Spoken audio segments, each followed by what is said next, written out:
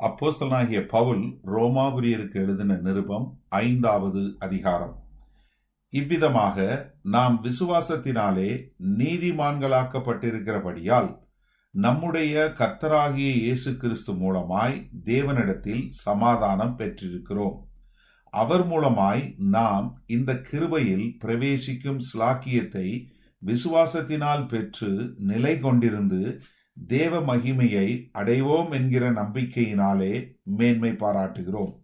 அது மாத்திரமல்ல, உபத்திரவம் பொறுமையையும், பொறுமை பரீட்சையையும், பரீட்சை நம்பிக்கையையும் உண்டாக்குகிறதென்று நாங்கள் அறிந்து உபத்திரங்களிலேயும் மேன்மை பாராட்டுகிறோம். மேலும் நமக்கு அருளப்பட்ட பரிசுத்த ஆவியினாலே தேவ அன்பு நம்முடைய இருதயங்களில் ஊற்றப்பட்டிருக்கிறபடியால் அந்த நம்பிக்கை நம்மை வெட்கப்படுத்தாது. அன்றியும் நாம் பலனற்றவர்களாய் இருக்கும் போதே குறித்த காலத்தில் கிறிஸ்து அக்கிரமக்காரருக்காக மரித்தார். நீதிமானுக்காக ஒருவன் மரிக்கிறது அரிது, நல்லவனுக்காக ஒருவேளை ஒருவன் மரிக்க துணிவான். நாம் பாவிகளாய் இருக்கையில் கிறிஸ்து நமக்காக மரித்ததினாலே தேவன் நம்மேல் வைத்த தமது அன்பை விளங்க பண்ணுகிறார். இப்படி நாம் அவருடைய இரத்தத்தினாலே நீதிமான்களாக்கப்பட்டிருக்க கோபாக்கினைக்கு நீங்களாக அவராலே நாம் ரட்சிக்கப்படுவது அதிக நிச்சயமாமே.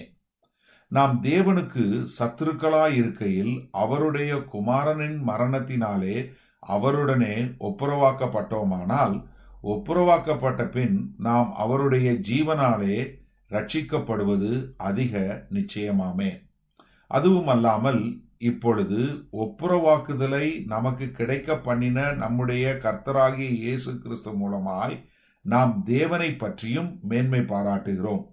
இப்படியாக ஒரே மனுஷனாலே பாவமும் பாவத்தினாலே மரணமும் உலகத்திலே பிரவேசித்தது போலவும், எல்லா மனுஷரும் பாவம் செய்தபடியால் மரணம் எல்லாருக்கும் வந்தது போலவும் இதுவும் ஆயிற்று. நியாயப்பிரமாணம் கொடுக்கப்படுவதற்கு முன்னும் பாவம் உலகத்தில் இருந்தது.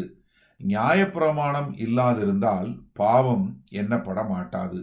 அப்படி இருந்தும் மரணமானது ஆதாம் முதல் மோசே வரைக்கும் ஆதாமின் மீறுதலுக்கொப்பாய் பாவம் செய்யாதவர்களையும் ஆண்டு கொண்டது.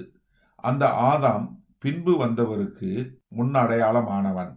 ஆனாலும் மீறுதலின் பலன் கிருபை வரத்தின் பலனுக்கு ஒப்பானதல்ல.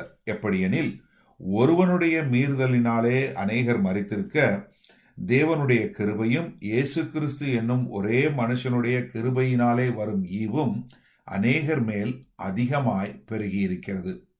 மேலும் ஒருவன் பாவம் செய்ததினால் உண்டான தீர்ப்பு தேவன் அருளும் ஈவுக்கு ஒப்பானதல்ல. அந்த தீர்ப்பு ஒரே குற்றத்தின் நிமித்தம் ஆக்கினைக்கு ஏதுவாய் இருந்தது. கிருபை வரமோ அநேக குற்றங்களை நீக்கி நீதி விளங்கும் தீர்ப்புக்கு ஏதுவாய் இருக்கிறது. அல்லாமலும் ஒருவனுடைய மீறுதலினாலே அந்த ஒருவன் மூலமாய் மரணம் ஆண்டு கொண்டிருக்க, கிருபையின் பரிபூரணத்தையும் நீதியாகிய ஈவின் பரிபூரணத்தையும் பெறுகிறவர்கள் இயேசு கிறிஸ்து என்னும் ஒருவராலே ஜீவனை அடைந்து ஆளுவார்கள் என்பது அதிக நிச்சயமாமே. ஆகையால் ஒரே மீறுதலினாலே எல்லா மனுஷருக்கும் ஆக்கினைக்கு ஏதுவான தீர்ப்பு உண்டானது போல, ஒரே நீதியினாலே எல்லா மனுஷருக்கும் ஜீவனை அளிக்கும் நீதிக்கு ஏதுவான தீர்ப்பு உண்டாயிற்று. அன்றியும் ஒரே மனுஷனுடைய கீழ்ப்படியாமையினாலே அநேகர் பாவிகளாக்கப்பட்டது போல, ஒருவருடைய கீழ்ப்படிதலினாலே அநேகர் நீதிமான்களாக்கப்படுவார்கள். மேலும் மீறுதல் பெருகும்படிக்கு நியாயப்பிரமாணம் வந்தது. அப்படி இருந்தும் பாவம் பெருகின இடத்தில் கிருபை அதிகமாய் பெருகிற்று. ஆதலால் பாவம் மரணத்துக்கு ஏதுவாக ஆட்கொண்டது போல, கிருபையானது நம்முடைய கர்த்தராகிய இயேசு கிறிஸ்துவின் மூலமாய் நீதியினாலே நித்திய ஜீவனுக்கு ஏதுவாக ஆண்டு கொண்டது.